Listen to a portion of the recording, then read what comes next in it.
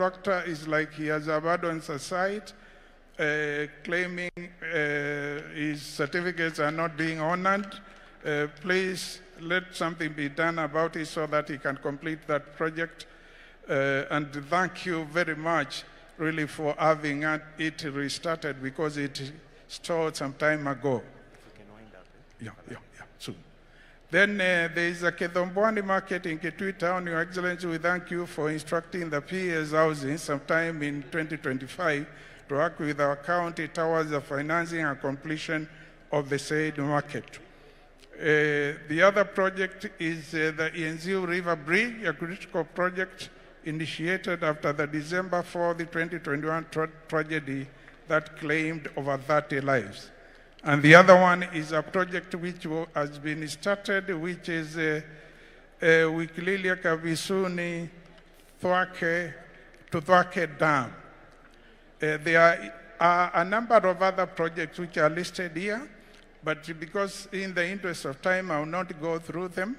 We believe, Your Excellency, you will be visiting us very soon as you had planned.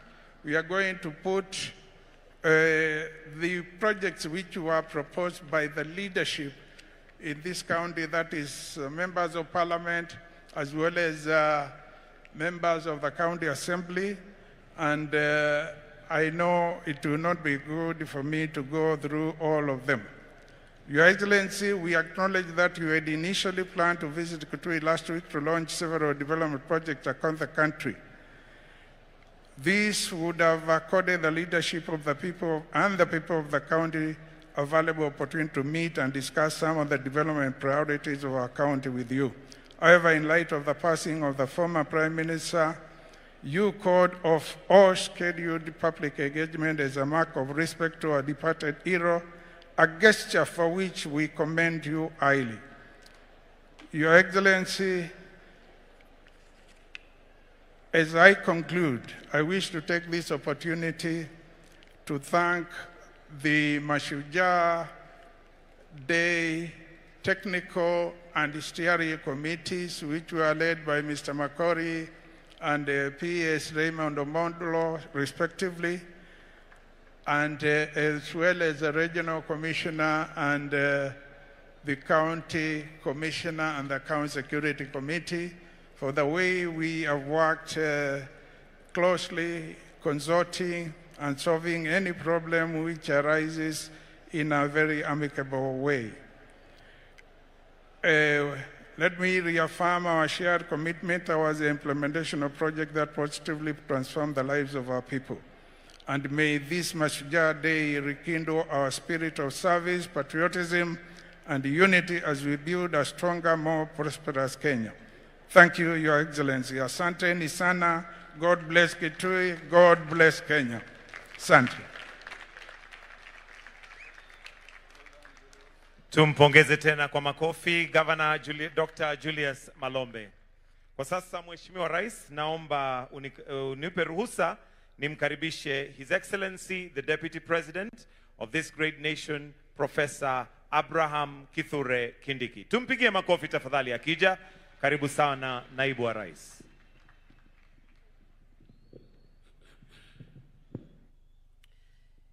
Your Excellency President William Ruto, Your Excellency First Lady Rachel Ruto, Your Excellency President Faye, President of the Republic of Senegal, the Prime Minister of the Republic of Mozambique, fellow Kenyans, we gather here today on this Mashujaa Heroes Day to remember, reflect, and consider where our country has come from. Your Excellency, Sir, as you continue to lead us in this reflection, we continue to remember the many people who have sacrificed their time, their lives, and their comfort for our freedom. And even at this time, as we continue to mourn the departure of our former Prime Minister, one of the greatest Kenyans to ever walk on our soil, we remember many more, those who have gone before us for selflessly protecting our sovereignty, defending our dignity, and emancipating the black person from colonial domination, for expanding our political rights and freedom, and expanding and perfecting our democracy. What remains is now to strengthen the foundations of our country, perfect the economic well-being of the people of our country, and as you lead us, Your Excellency, the future of Kenya looks certainly good because of the labor that those who came before us have put, and because of the labor that you continue to put, Your Excellency, and putting us together even as we take the vision of our forefathers forward. Mbaito muyaseo, mbaito muyaseo, muyaseo enge, muyaine museo, namavirao there. Your Excellency, the President, today is not my day. My task is very simple. My task is to ask you, Your Excellency, sir, to address the nation on this very special day in the history of our country. Mr. President, welcome. Karibu sana, Mheshimiwa Rais.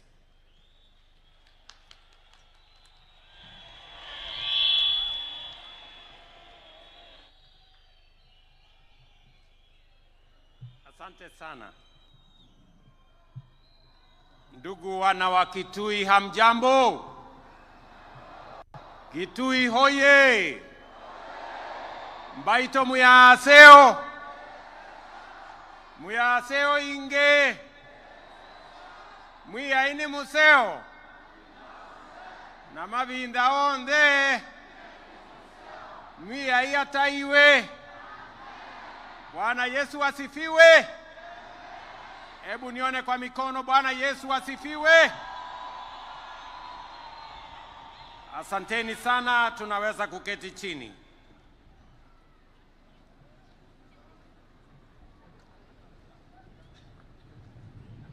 Your Excellency,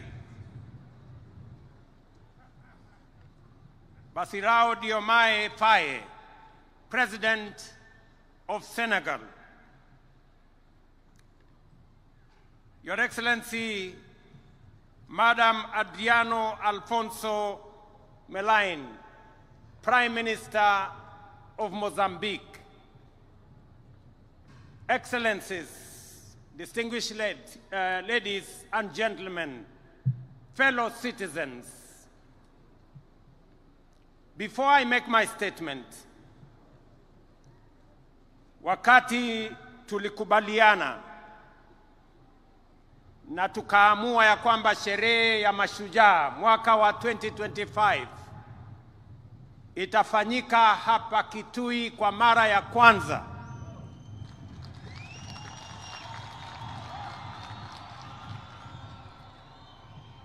Nilitafuta marafiki na leo tuko na bahati ya kuwa na rais wa Senegal, nchi rafiki, nchi ya Kenya. Ametutembelea sio tu Kenya, lakini ametutembelea hapa Kitui siku ya leo.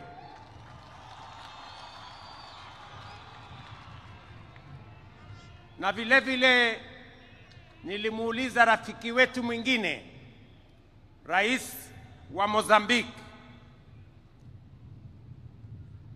na kwa heshima kubwa alikuwa na shughuli nyingi, lakini ametuma Prime Minister wa nchi ya Mozambique na yuko hapa Kitui pamoja na sisi.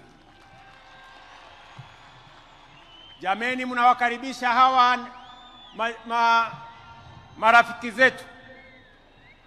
Mnawakaribisha hawa wageni wetu.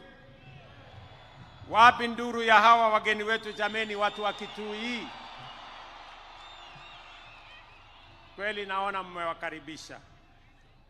Wacha nimualike in a very special way my brother Faye on behalf of the government and people of Kenya. We don't take it for granted that you have taken time out of your busy schedule at home to come and visit us and participate in this national celebration, not necessarily in our capital city, but in our town of Kitui. We don't take it for granted, Mr. President, and the people of Kitui sincerely appreciate that you have made time to come all the way. I will now request you, Mr. President, to make some remarks as we celebrate our Heroes' Day here in Kitui in Kenya. Welcome.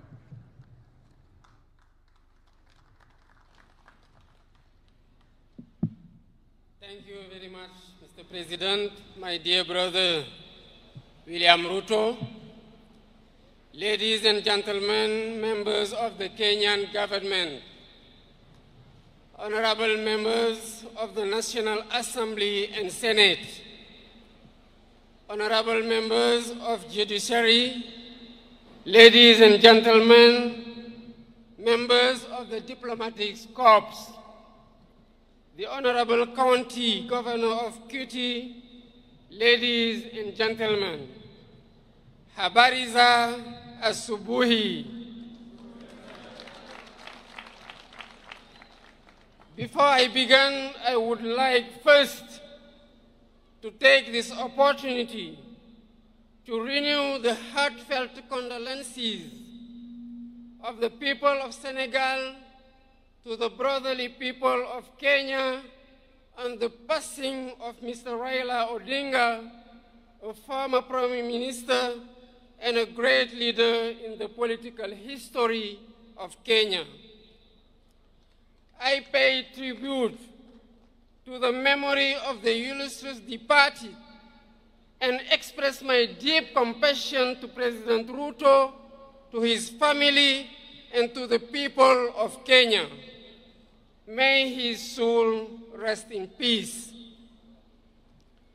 I would like to thank President Ruto for the warm welcome and all the attention we accorded to me and my delegation since our arrival in this brotherly country, home to the wonders of Masai Mara and Kilimanjaro.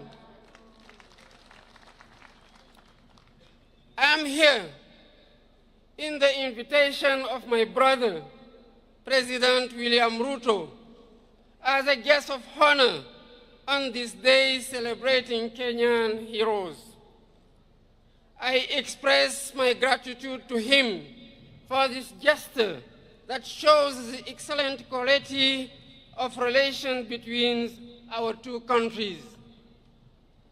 I'm also here because I'm deeply committed to the duty of remembrance.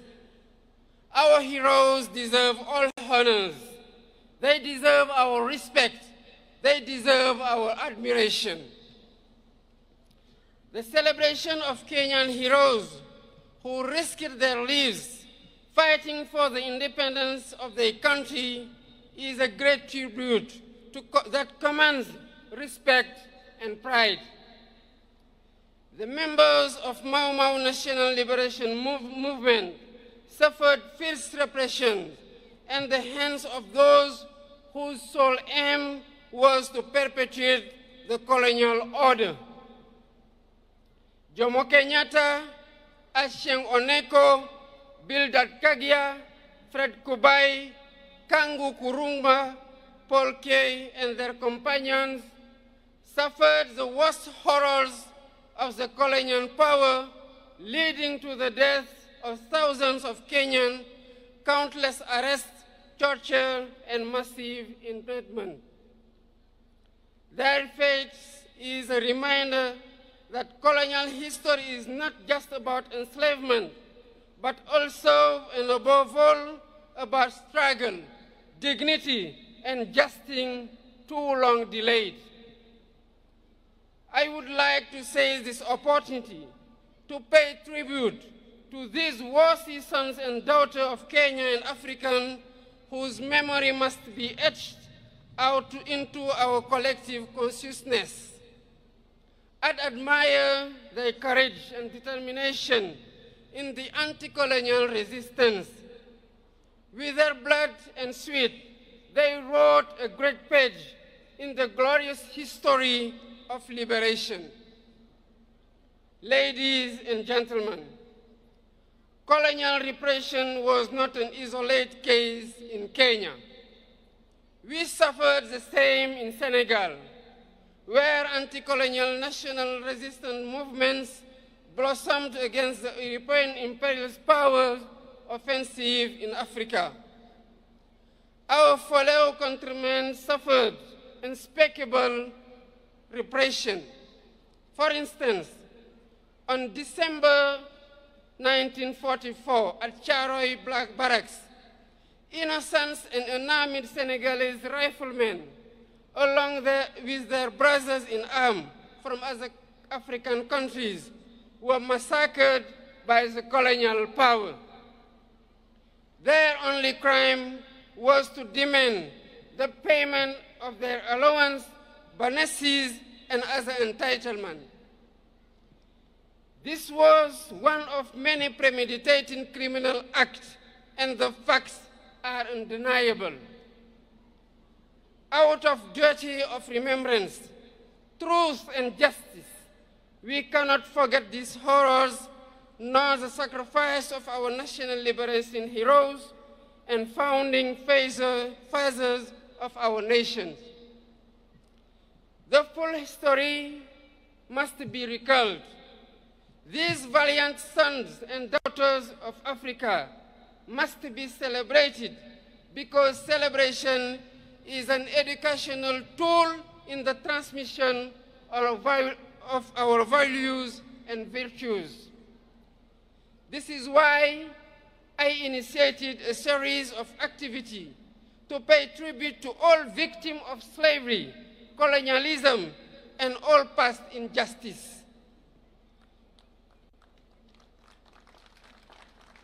The first such initiative was to commemorate the 18th anniversary of the massacre of Senegalese riflemen last year.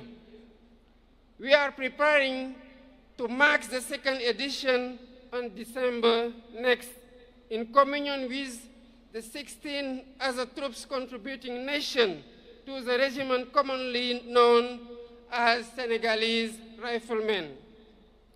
Ladies and gentlemen, to consolidate these various remembrance initiatives on the African continent, it is vital that we develop synergy in our efforts. I am on the view that to reclaim our history and restore the memory and dignity of these valiant Africans, we need to take several steps, including, first, build monuments and museums in honor of our heroes to serve as open spaces of reverence and remembrance. Second, build documentation and research centers to keep records, testimonies, and narratives about our heroes, while supporting research and education on this history of great African resistance fighters against slavery, colonialism, and worse form and injustice. Third, our streets, public squares, and buildings should bear the names of our heroes so that their sacrifice and faith of arms be etched into our daily life and collective history. Fourth, teach our history in our education curricula Thus, future generation will grow up with a thorough understanding of these episodes of our past.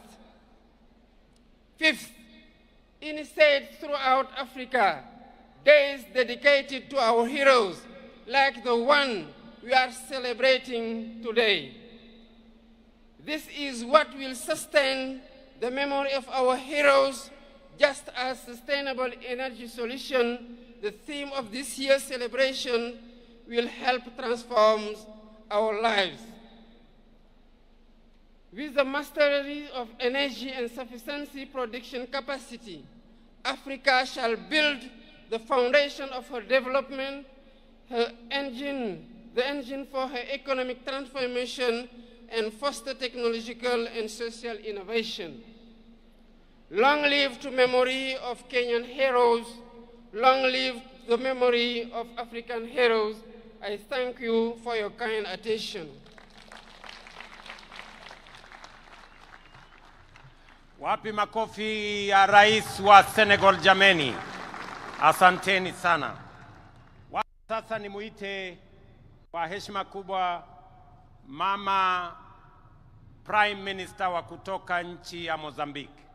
You're welcome, Your Excellency, to make your statement. Please. Karibu.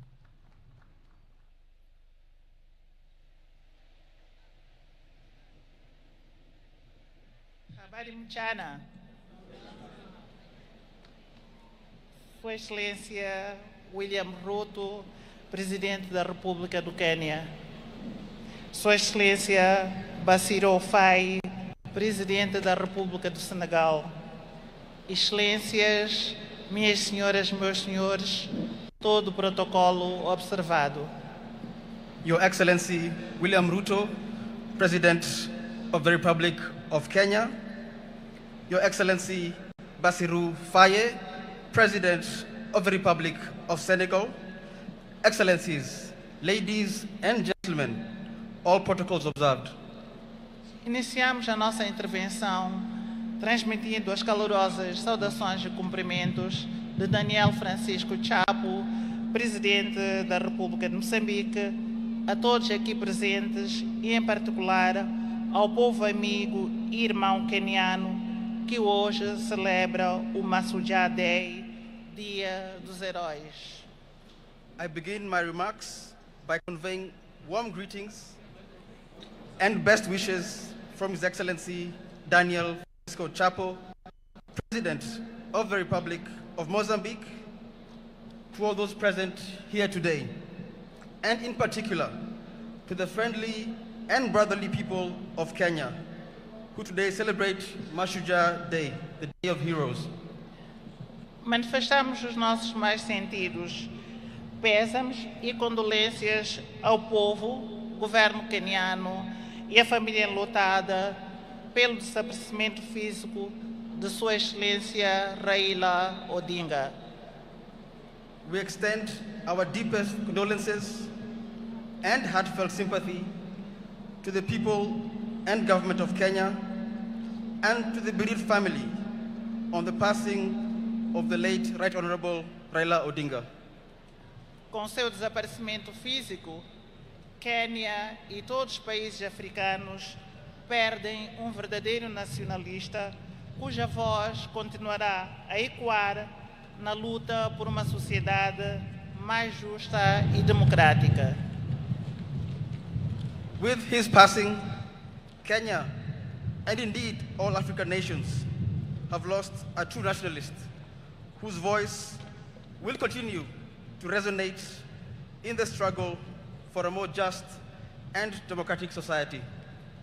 Excelências, as festividades e comemorações do Dia de Heróis que hoje aqui assinalamos, para além de ser um momento de recordações e homenagens, constitui um momento de introspecção e reflexão de uma nação sobre os feitos dos seus melhores filhos que lutaram, morreram e sacrificaram por uma causa tão nobre que é de libertar, construir, preservar e consolidar o seu país.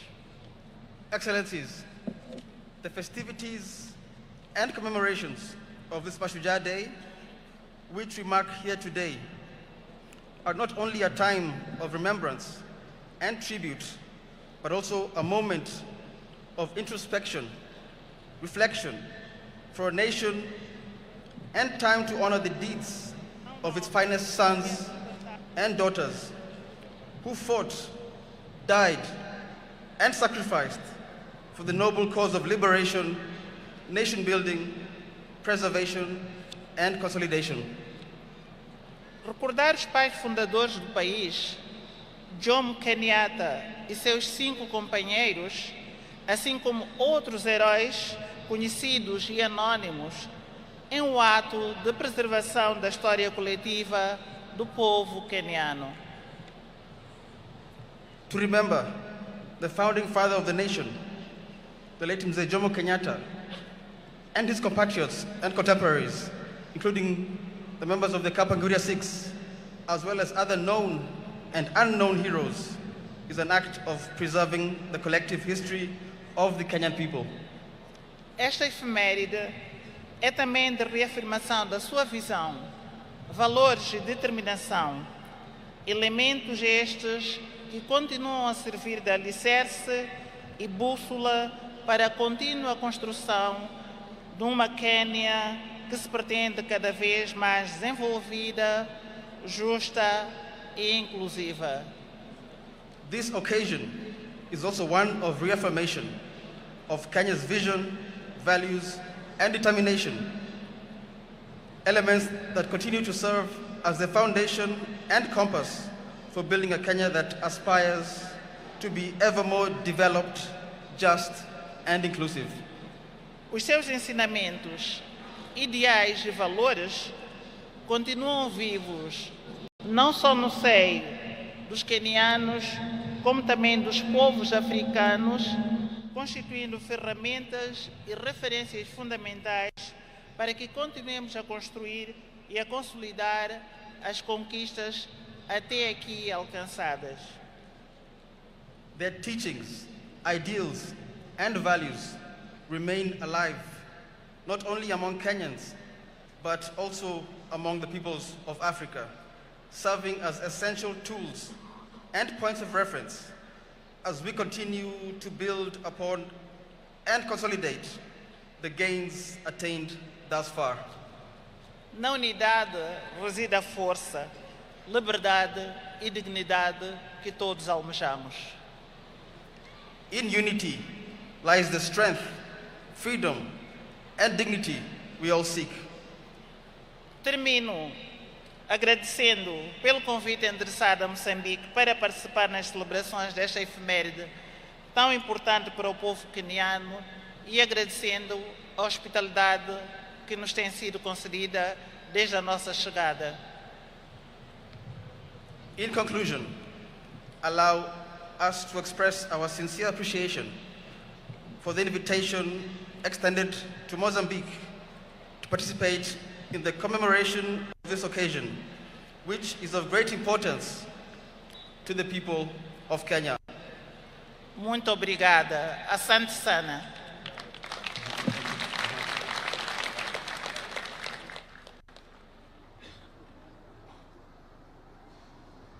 Asante sana Mheshimiwa Prime Minister. Wapi makofi ya mama Prime Minister wa kutoka Mozambique jameni. Asanteni sana. Today we gather as a nation, as one people, here at Ithookwe Stadium in Kitui to celebrate Mashujaa Day, our National Heroes Day. Mashujaa Day is an occasion for remembrance, for celebration, and for reflection, and also a day for renewal. As you all know, yesterday, we bid farewell to one of our country's most consequential and impactful sons, a towering statesman, a resolute patriot, and a quintessential hero, the Right Honorable Raila Amolo Odinga, our former Prime Minister. This is the man, the legend, and the Pan-Africanist to whom we dedicate this Mashujaa Day It is for this reason, fellow citizens, in his solemn memory, that I invite us all to now stand and observe a moment of silence in honor and celebration of his remarkable life and service to our great country, our continent, and to humanity.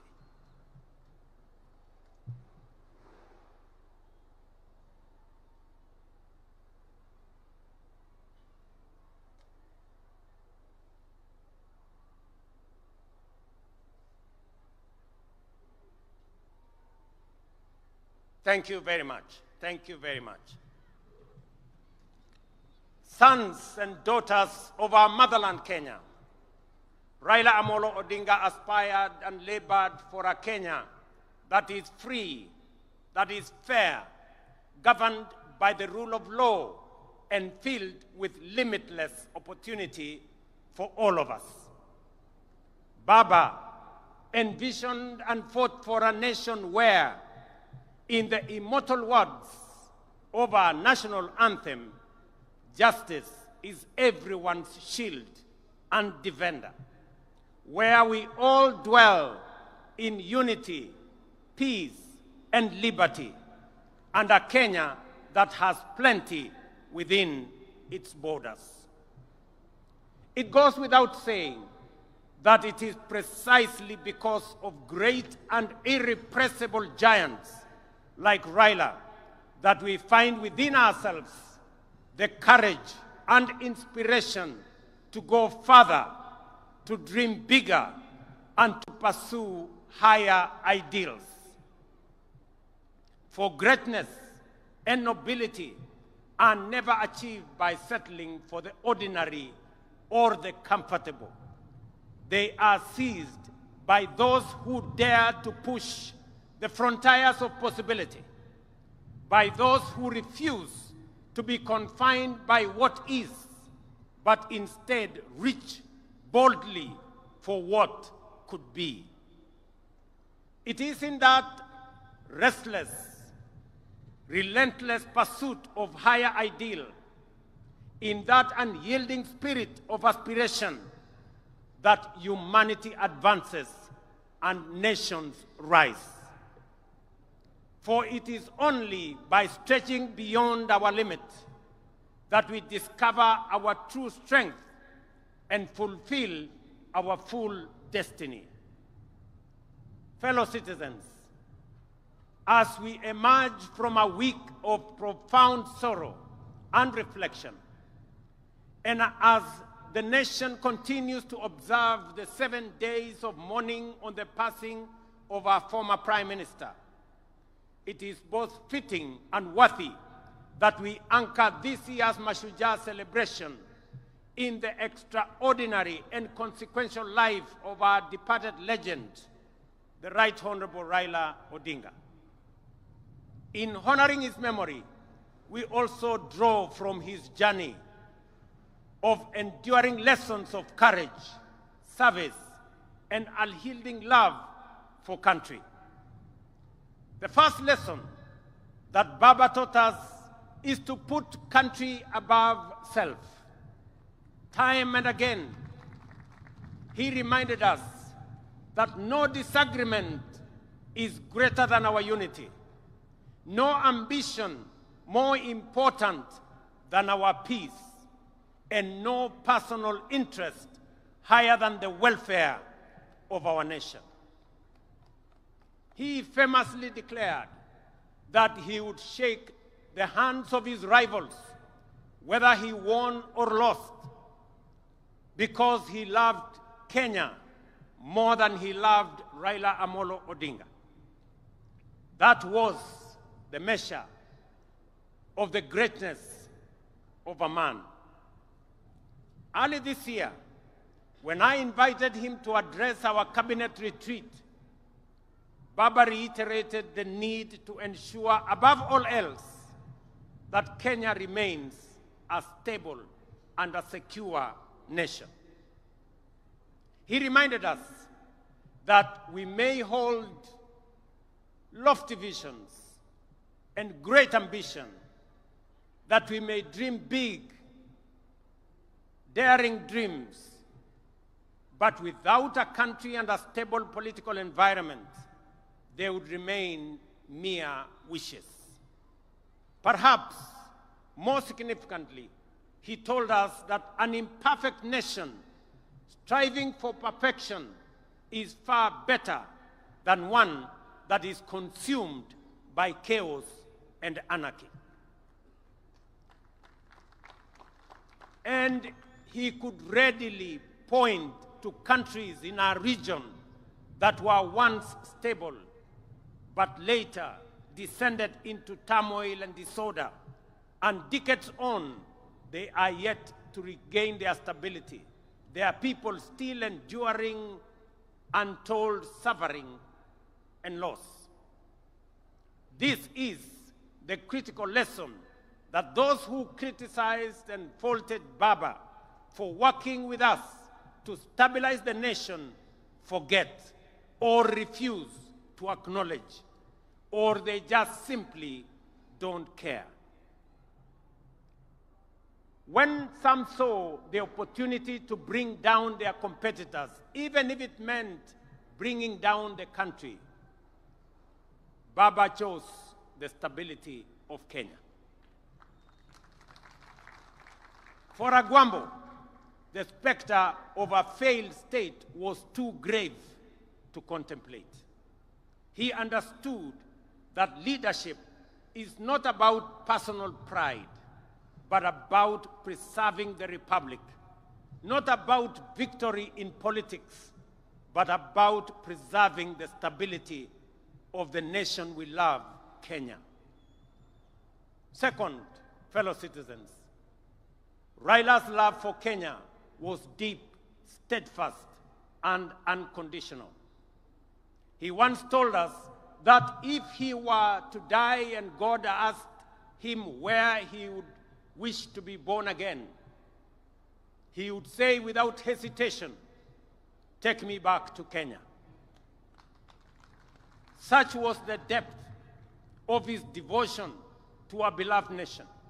He knew that Kenya, like all nations, was not perfect, that nation building was work in progress, that it is only renewed with every generation. He understood that we are an imperfect people, always striving towards a more perfect union. Yet even in our flaws, he saw magic and beauty. In our struggles, he discerned promise, and in our contradictions, he could pick out hope and unity. To Raila, there was no place on earth more worthy of devotion, no people more deserving of faith, and no dream more noble than the Kenyan dream. Thirdly, Baba's life was an example of always choosing and closing ranks for the common good. When our nation faced turbulence last year, for example, I reached out across the political divide. Baba was the first to come to the table to help steady the ship of state, leading to the formation of the broad-based government that has since stabilized our economy and our nation. That is what heroes do. When the stakes are high, they rise above partisanship and put the country first.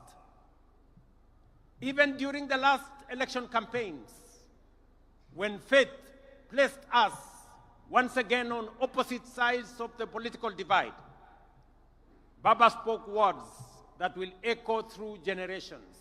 He said, and I quote, "I have been to the mountaintop. I have seen the glory land. I may not get there with you, but together we will get there." End of quote. In those words lay the essence of his leadership: selfless, visionary, and anchored in faith that Kenya's destiny transcends any individual. He reminded us that collaboration, even with rivals, is not an act of political convenience, but a sacred pact with posterity. For Baba, it was never about him becoming president.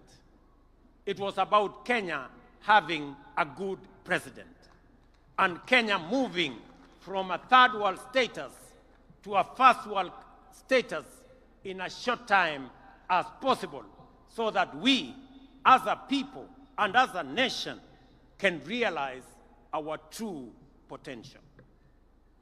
The glory land that he saw at the mountaintop is the better, the greater, and the more perfect union for which we must now, on this Mashujaa Day, dedicate ourselves anew. Fourth, our former Prime Minister was a foremost preacher of national unity. He tirelessly reminded leaders and citizens alike that our overarching identity is not defined by tribe, region, or creed, but by the sacred bond of being Kenyan. He often urged us to think Kenya first, to let the idea of one nation under one flag rise above all else. And he lived by that creed. When in 2002, he stood before the nation and declared Kibaki Tosha, it was not because he was unaware of where President Kibaki came from. It was because he saw, beyond geography and ethnicity, he saw Kenya as one united nation under God.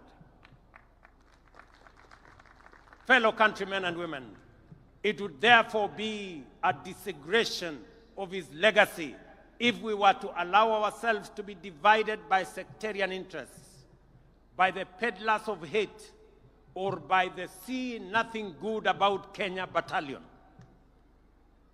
The fifth lesson from Baba's life is one of unshakable faith in the future.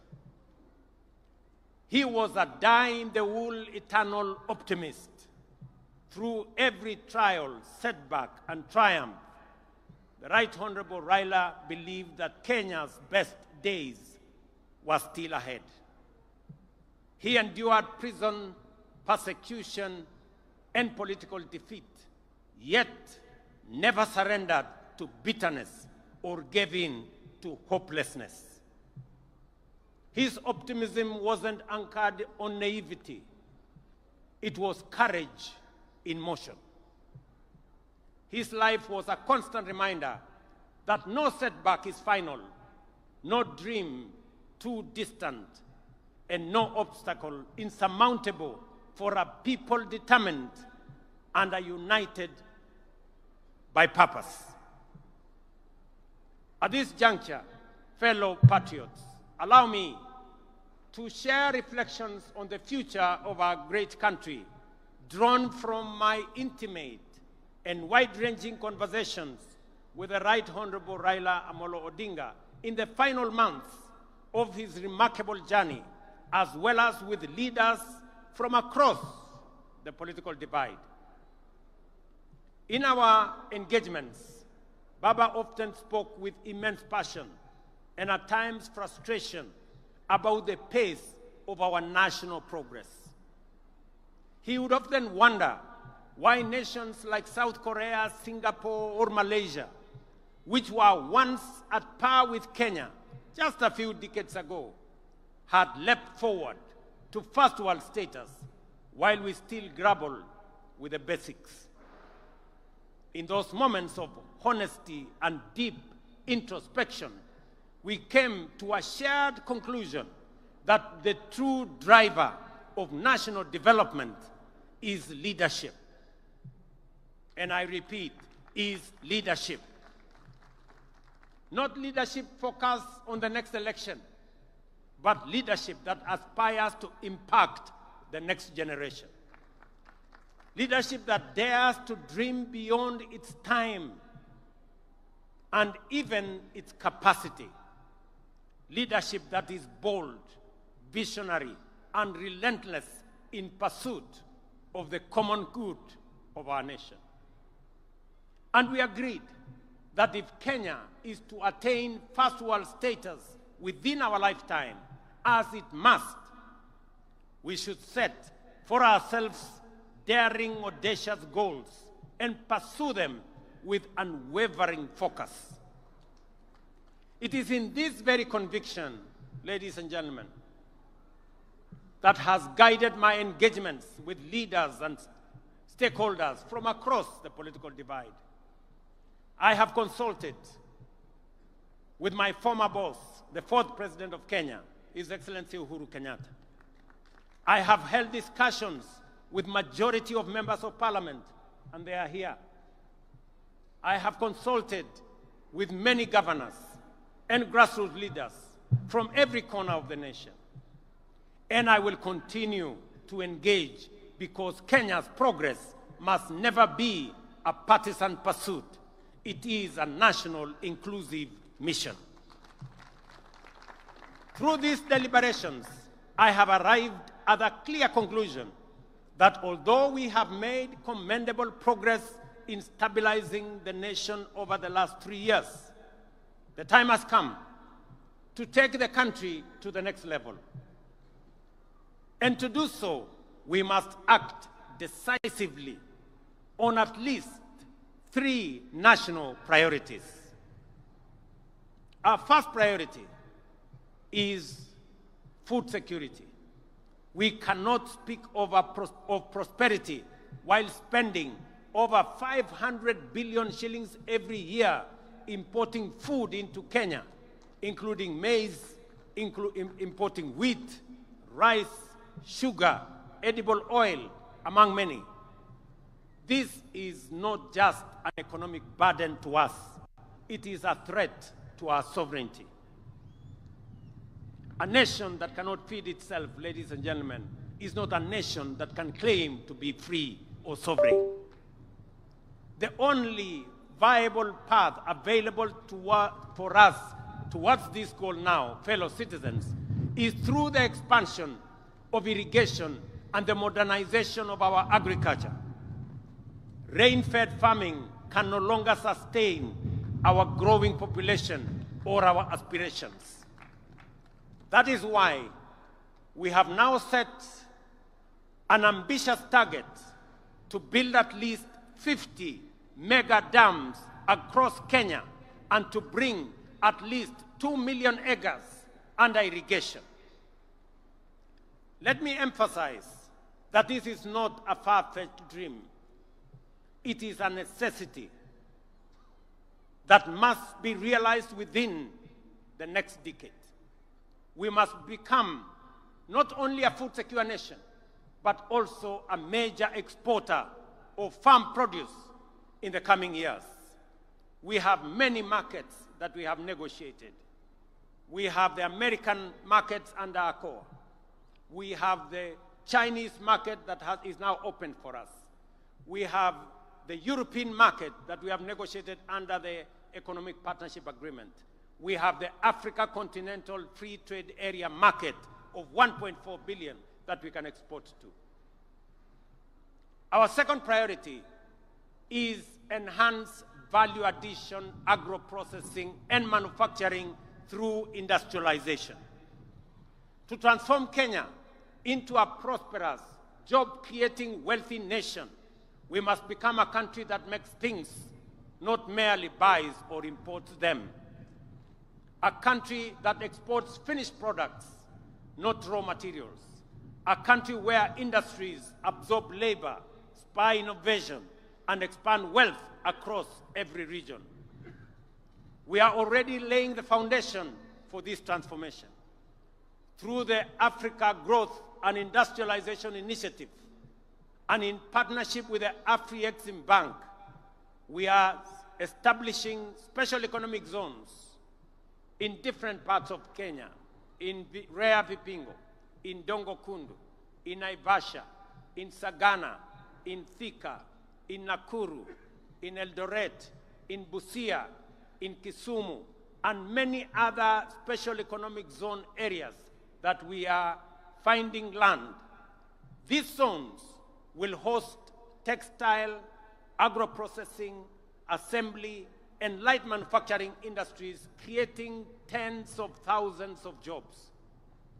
At the county level, as was mentioned by the governor of Kitui here, we are rolling out county aggregation and industrial parks in all 47 counties. These parks will link farmers to processors, entrepreneurs to markets, and small entrepreneurs to national and regional value chains.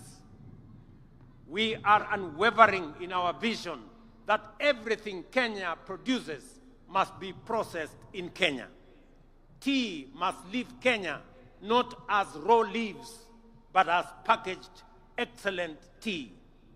Coffee, not as cherries, but as a premium blend for international markets. Cotton, not as lint, but as fabric and fashion.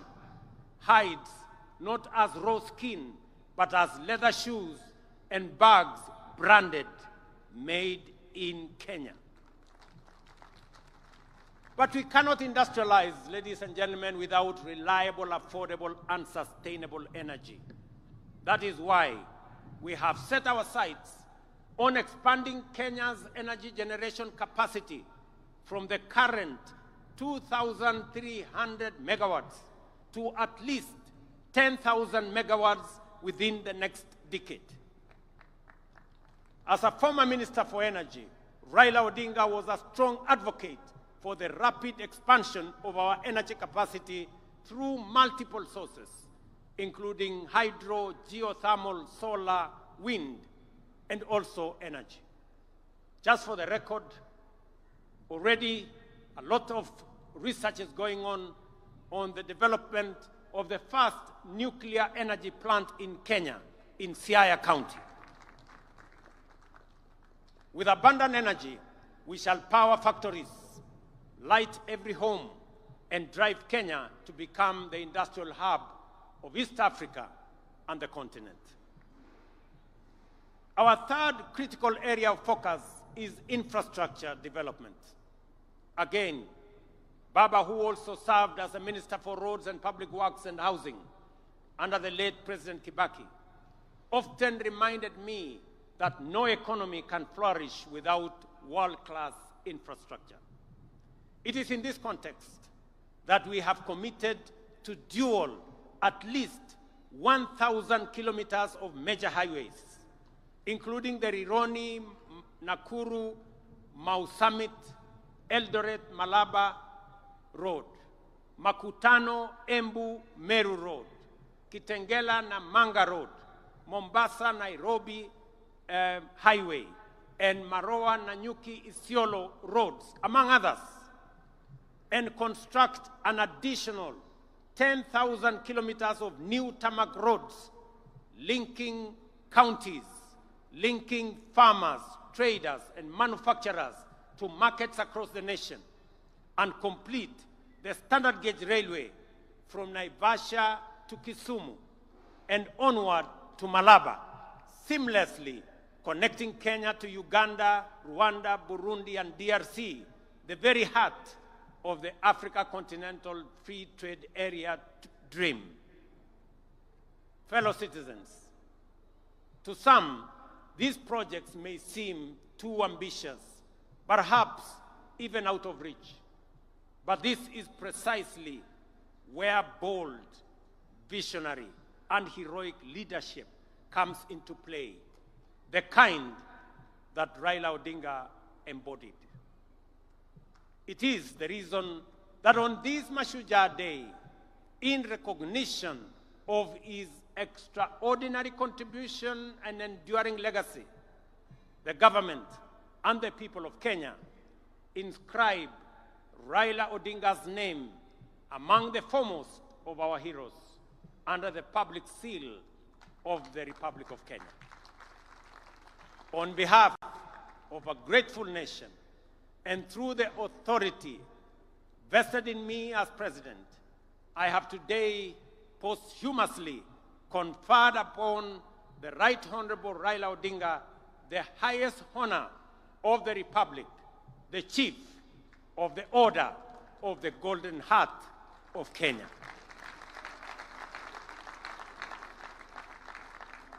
Fellow citizens, I recall that when I spoke during Raila Odinga's state funeral, I wondered, where will another Raila come from? The truth is, there will forever be only one Raila Amolo Odinga, a single spirit, a towering patriot, and a hero for ages. But if we, the people he so deeply loved and served, choose to live by the lessons he's taught us, to love Kenya more than we love ourselves, to put unity above division, to aspire for greater, and to serve with courage and conviction, then we can become a great nation of 50 million heroes. And in doing so, Kenya will rise from the heights once thought unimaginable within our generation. That, fellow patriots, is our noble challenge on this Mashujaa Day. Kabla sijamaliza hotuba yangu, ndugu wananchi wa Kitui na Kenya, kwanza mimi nataka niwashukuru sana wananchi wa Kitui kwa sababu mmekuja kwa wingi sana. Tuko na halaiki ya watu wengi sana hapa Kitui leo, na mmekuja hapa kuunganisha na kuungana na ndugu zenu wananchi wa taifa letu la Kenya. Leo Kenya mzima inajulikana, sherehe ya Mashujaa inafanyika katika mji wa Kitui. Wana Kitui, watu wa Kitui, asanteni sana kwa kuwa wenyeji na kwa kutusaidia in hosting this great day as we celebrate Kenyan heroes. Kutoka kwangu na serikali nzima la taifa la Kenya, nawaambia watu wa Kitui, asanteni sana. Nyinyi pia kwa kufanya tendo hili la kuunganisha Kenya, nyinyi pia watu wa Kitui na wapigia salute kama mashujaa wa taifa letu la Kenya. Nyinyi mnajua, nilikuwa na mpango ya kutembea hapa Kitui kwa shughuli ya mambo ya maendeleo ya taifa letu, hasa mambo ya maendeleo ya Kitui County. Ilikuwa nije hapa Wednesday, na nikuwe hapa tena Ijumaa, na nikuwe tena hapa kesho na kesho kutwa. Nilikuwa nimepanga safari ya siku 5 hapa Kitui na pia katika sehemu zingine za Ukambani. Lakini kwa sababu ya msiba tuliopata, hiyo ziara yangu sasa nitaipeleka mbele kidogo. Wiki 2 zijazo mimi nitakuwa hapa. Mimi nitakuwa hapa. Na nitakuwa hapa makusudi kwa sababu Kitui, Ukambani kwa siku nyingi imewachwa nyuma. Na mimi nimesema kwa vyovyote Mungu anijalie hii Ukambani haitawachwa nyuma tena. Nataka munisikize jameni, ndugu zangu watu wa Kitui. Sisi ni wananchi wa taifa moja. Sisi ni wananchi wa nchi moja, taifa letu la Kenya. Siasa ya zamani ya ubaguzi, siasa ya migawanyiko na chuki na ukabila ndio imetuletea hasara ya sehemu zingine za Kenya kuachwa nyuma kwa sababu ya siasa duni ya kubagua wananchi wengine. Ndio mimi nimesema kwa vyovyote hii Ukambani haitawachwa nyuma tena. Mnanielewa? Wacha nirudie. maneno ya zamani ya kusema sijui bomwe, sijui betwe, Ukambani ikabaki nyuma, haitatendeka tena. Nasikia hata kuna wengine wanajaribu kueneza siasa ndogo ati maskini jeuri. Iko maskini jeuri ya kufanya nini? Hakuna umaskini itabaki hapa Ukambani. Tunataka tuungane, tushirikiane, tufanye kazi kwa pamoja. Nataka mnisikize ndugu zangu watu wa Ukambani. Hii stadium tulijenga kama serikali ya Kenya. Tumeweka hapa milioni 750 tujenge hii stadium na bado haijakamilika. Tangojea pengine mwezi moja ikikamilika, tumejenga kila mahali, tumeweka parking mzuri, nitakuja kufungua rasmi ikiwa imekamilika. Na ni kwa sababu tunafanya hivi sio Ukambani peke yake. Tunafanya hivi katika taifa letu la Kenya. Pia nimeamrisha wizara ambayo inahusika na michezo pia tujenge stadium kama hii pale Machakos, na tujenge stadium kama hii pale Wote, pale Makueni, kwa sababu nchi ya Kenya ni nchi ambayo inajulikana na ni mashuhuri kwa mambo ya michezo, na sababu hiyo stadium and infrastructure ya mambo ya michezo lazima tuwe nayo. Wewe Waziri Mburia unajua vile utafanya tukamilishe hii, ili mapema mwaka ujao tuanze Machakos na tuanze pale Makueni, kwa sababu tunataka Ukambani itembee sambamba na sehemu zingine za taifa letu la Kenya. Hapa vile vile tumejenga uwanja wa ndege. Mimi nataka niwaeleze ya kwamba hiyo uwanja haijakamilika. Bado tutajenga terminal building. Tunataka hiyo uwanja ikae kama viwanja zingine za ndege sehemu zote za Kenya. Hapa vile kiongozi gavana amesema kuna barabara tulisema tumetengeneza. Kuna zingine zimekamilika, kuna zingine bado. Mimi nataka niwahakikishie yale yote ambayo tuliweka katika mpango yetu tutakamilisha, kwa sababu tunataka wakati tunabadilisha Kenya pia Ukambani inabadilika. Sio hivyo peke yake. Nyinyi mnajua ya kwamba mlituuliza tujenge barabara kutoka Kibwezi, na mlisema hiyo barabara iende mpaka ishikane kule Mwingi. Hiyo barabara tulijenga ikakuja ikakwama mahali fulani pale. Mahali inaitwa kwa siku ama ni kwa nani? Kwa siku hapo. Sasa mimi nataka niwatangazie. Mahali hiyo barabara ilikwama.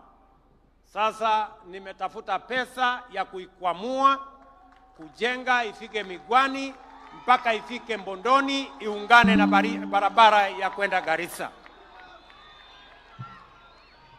Tunaelewana jameni? Na nishamwambia Waziri Davis Chirchiri yuko hapa kwamba hiyo barabara sitaki tena mambo ya barabara hiyo kukwama. Tunataka tukamilishe hiyo barabara, kwa sababu mpango yetu ni kuhakikisha ya kwamba Kenya inasonga mbele.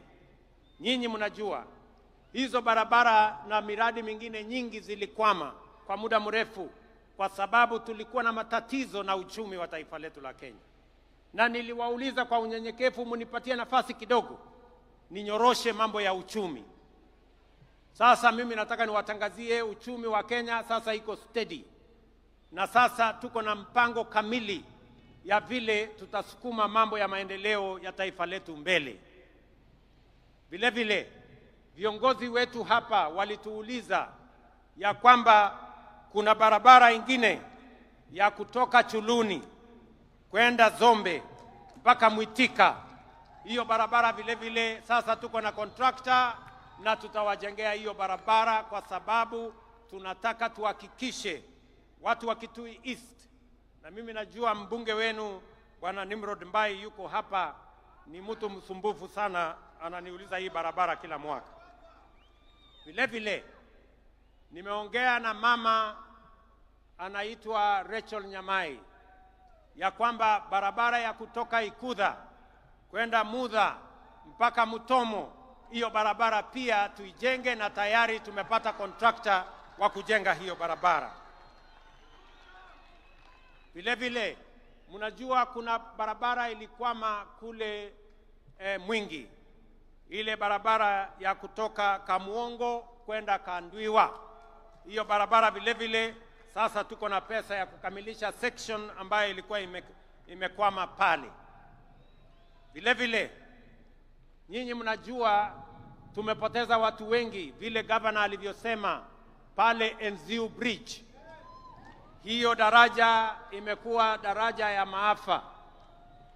Mimi nataka niwaeleze sasa watu wa Ukambani, waziri yuko hapa, nimempatia maagizo na nimesema kabla ya Februari mvua ianze mwaka ujao, hiyo daraja iwe imekamilika, ndio tusiwe tena na maafa katika hiyo barabara.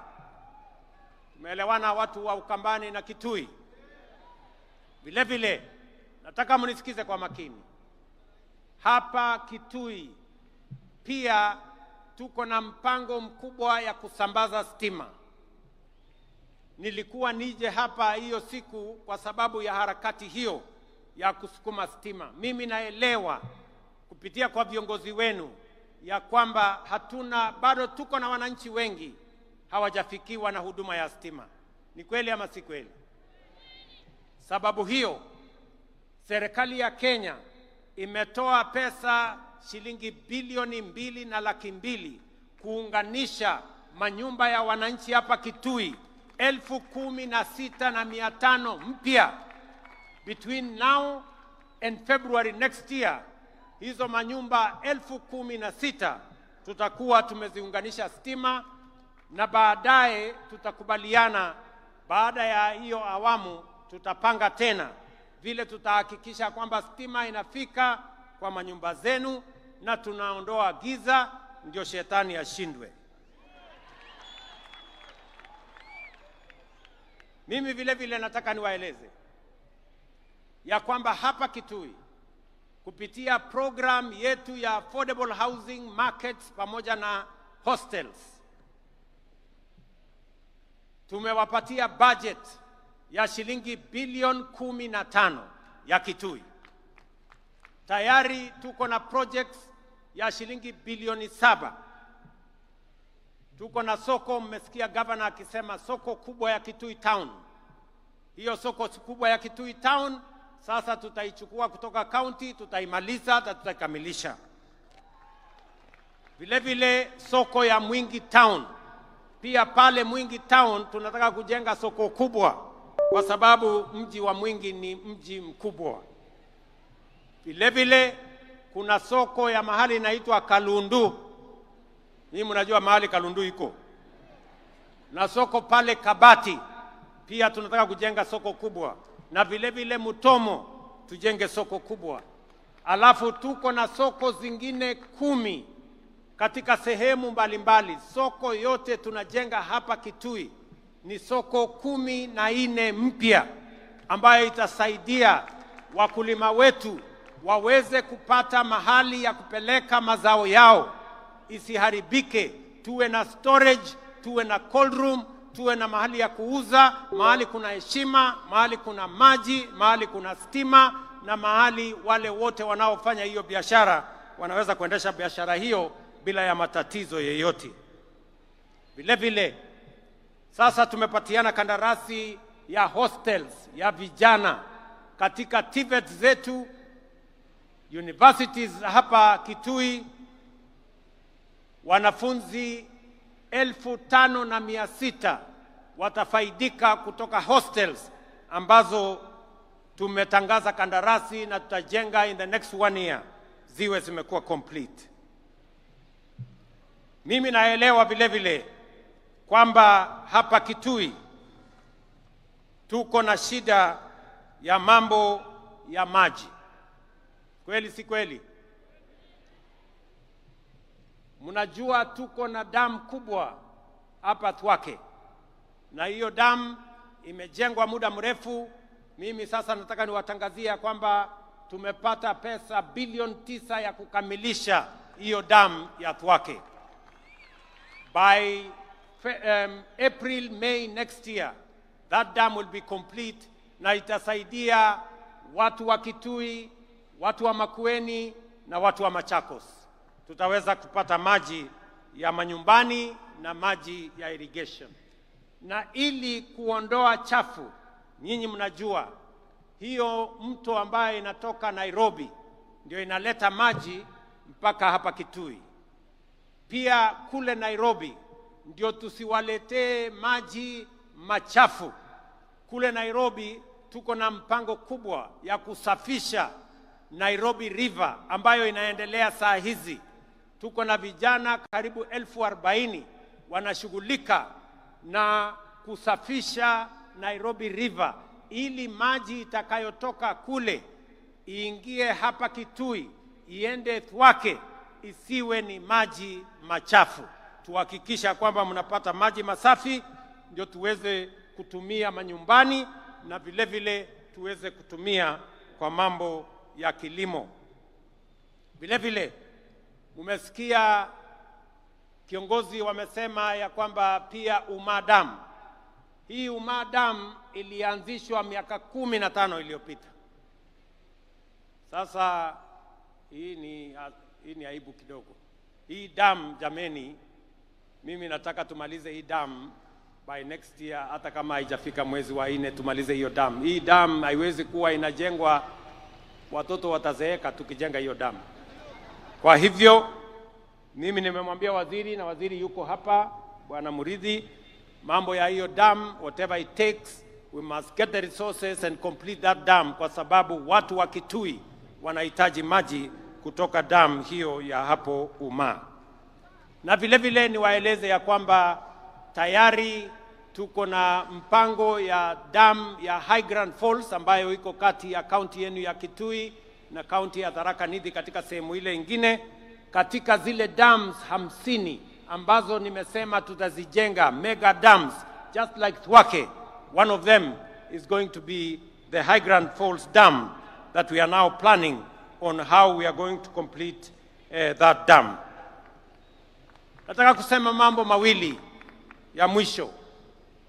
Nyinyi mnajua tumesema ya kwamba tunataka mambo ya afya isiwe ni starehe ya watu matajiri ama watu walio na kazi ama wale wako na uwezo.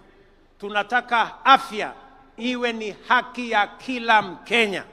Kila Mkenya anaweza kwenda hospitali yeyote atibiwe na mpango wa serikali iweze kulipia gharama ya hospitali.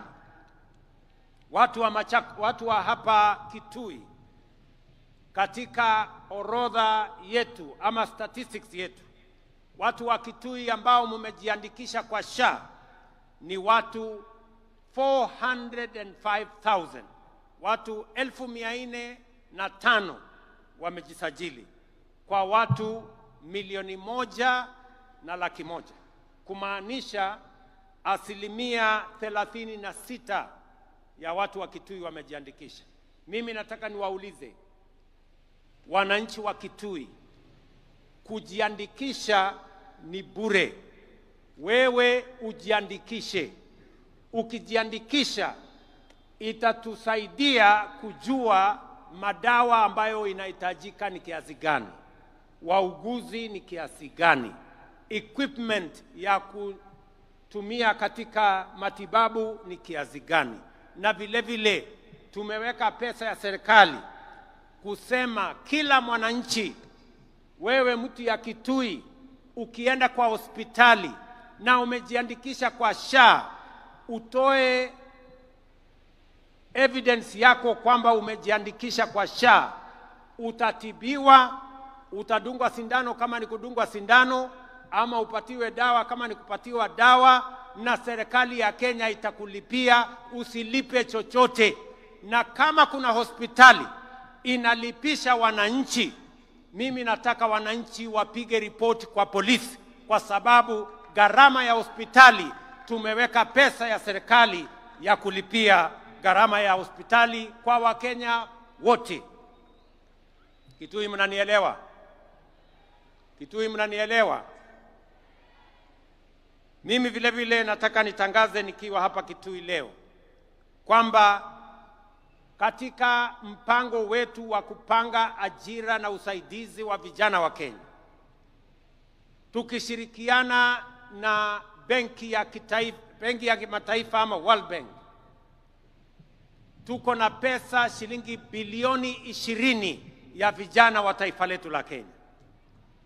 Na katika hiyo mpango tunataka vijana 800,000 ili tuwajumuishe katika mipango tofauti. Tumewaambia vijana wa Kenya wajiandikishe pale katika mtandao *254#. Hapo ujiandikishe, utakuta mahali imeandikwa hapo nyota. Uingie hapo ndani ujiandikishe. Number 1, kama wewe ni kijana, haujaenda shule, hauna kosi yeyote umefanya, tunatafuta vijana 90,000 ya kuwapeleka katika courses tofauti kwa gharama ya serikali ya Kenya. Hautalipa chochote, lakini tutakupeleka college na utapata vile unaweza kujisimamia ukiwa sasa umepata course ama umepata ufundi wa aina tofauti. Ya pili, tunatafuta pia vijana wale ambao mnafanya kazi, mko na skill, wewe ni fundi lakini hauna makaratasi ya kutambua ya kwamba wewe ni fundi. Pia tuko na mpango ambayo inaitwa recognition of prior learning, ili wewe ambaye uko na ujuzi, uko na ufundi tayari, uko na skill tayari, tukusaidie, tukufanyie recognition of prior learning ili ukuwe na certificate. Wakati unaenda mahali unaenda kutafuta kazi, sasa utakuwa na stakabadhi ya kujua ya kwamba wewe ni fundi wa aina hii ama aina nyingine. Ya tatu, pia tunatafuta vijana wenye biashara ndogo. Kama wewe ni kijana wa miaka 19 ama kati ya miaka 19 na 29, tunatafuta vijana 1,100 tutakao wapatia kila mmoja wao 50,000 kuendesha biashara zao. Vijana mko, munisikize vizuri. Ijumaa, Friday 24th, hii inakuja. Leo ni Monday, unahesabu Tuesday, Wednesday, Thursday, Friday. Katika kila constituency tunafanya verification ya vijana ambao wako na biashara, ili tuwasaidie na pesa muweze kuinua biashara zenu, ili mchangie katika kuzalisha uchumi wa Kenya. Ndio sote tuungane tufukuze umaskini katika taifa letu la Kenya. So on Friday there will be verification in every constituency in Kenya.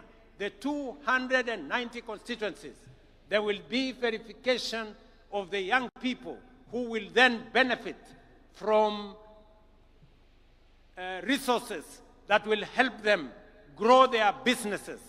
And I am asking that in this verification, we are looking for 100,000 young people so that we can give each one of them 50,000 shillings for them to enhance their businesses wherever they will be. And I want to ask all leaders, viongozi wetu, magavana, wabunge, MCAs, tusaidiane ili vijana ambao wanafaa kupatiwa hizi pesa tuwatambulishe, ndio tuinue hali ya uchumi ya vijana wetu, wakati tunazidi na kupanga vile vijana wetu wote watajumuika aidha kwa biashara ama kwa kazi, ndio tuweze kusukuma taifa letu la Kenya mbele. Mwisho, na mimi nataka niseme tutaanza disbursement ya hiyo pesa tarehe 4 mwezi ujao. In another 2 weeks, we will now start the disbursement of the money to the youth that will have been identified beginning 4th of next month, 4th of November, in the coming 2 weeks, so that we can run that program and see how many young people can benefit from that program. Hapa Ukambani, mimi najua kilimo yenu kubwa ni mambo ya pulses, cowpeas, na ile peas zingine zote pamoja na ndengu, na vile vile matunda, oranges, pamoja na mangoes. Na nishaongea na viongozi wa sehemu hii. Gavana wenu Malombe nishaongea na yeye, anajua, we spoke sometime last year on a comprehensive plan of making sure that those agricultural products that can be manufactured from this region are elevated and become part of our bottom-up economic transformation plan to make sure that every part of Kenya, kama tunasaidia wengine kwa mambo ya kahawa na chai na sukari na mahindi na ngano, hapa Ukambani vile vile tunaweza kuwainua kwa yale mimea ambayo yanazalishwa katika sehemu hii. Ndugu watu wa Kitui, mimi nataka nimalizie kwa kuwauliza jameni. Na wauliza ninyi watu wa Kitui, nikiwauliza ndugu zetu wote wa taifa letu la Kenya.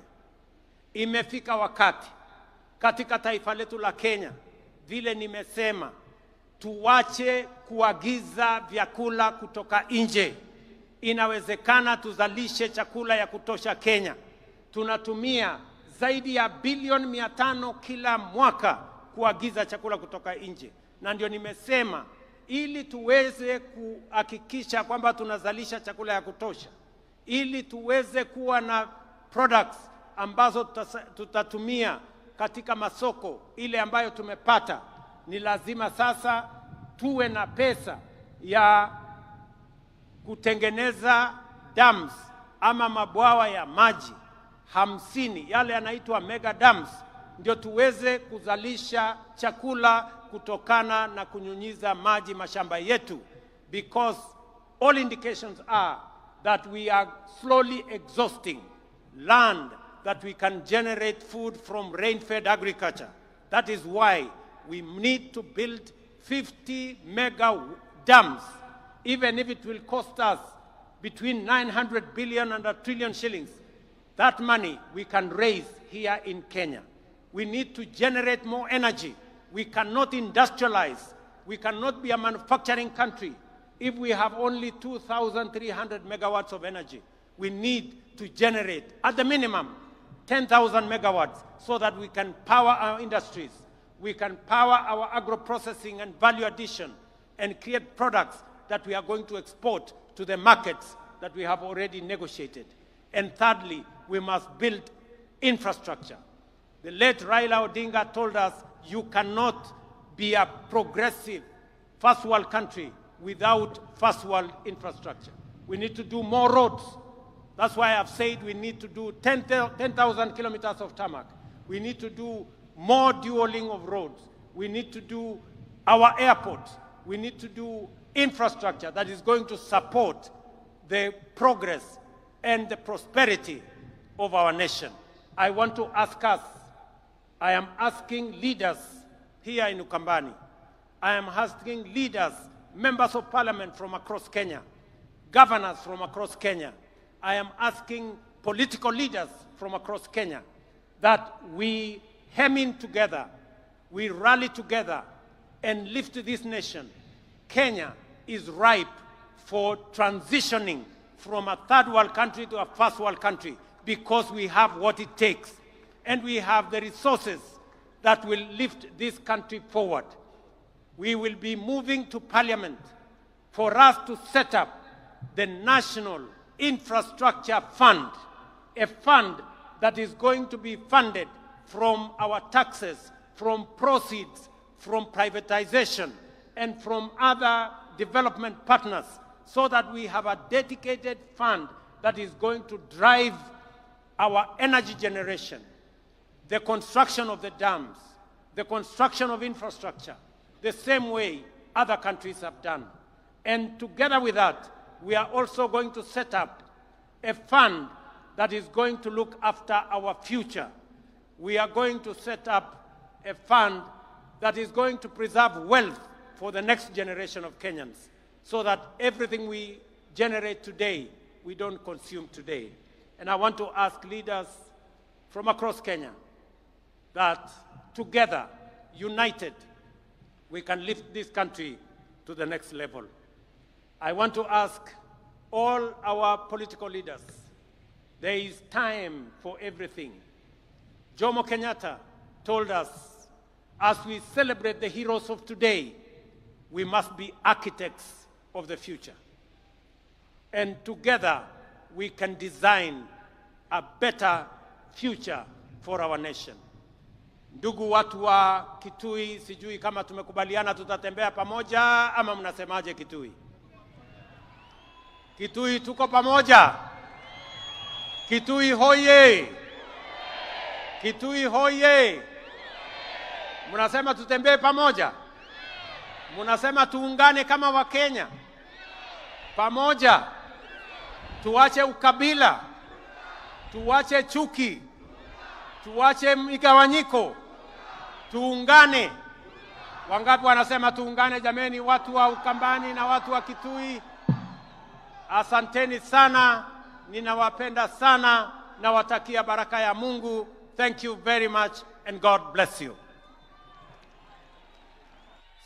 Mheshimiwa Rais, mabibi na mabwana, kwa heshima naomba sote tusimame kwa wimbo wa taifa na wimbo wa Jumuiya ya Afrika Mashariki tukiongozwa na bendi ya majeshi. Bendi tafadhali.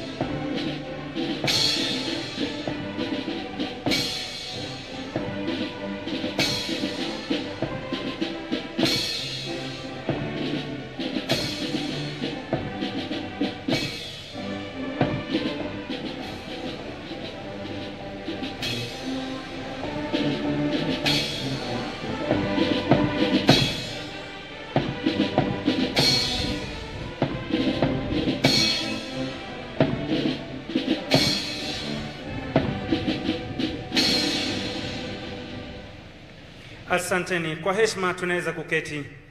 Tuketi tafadhali.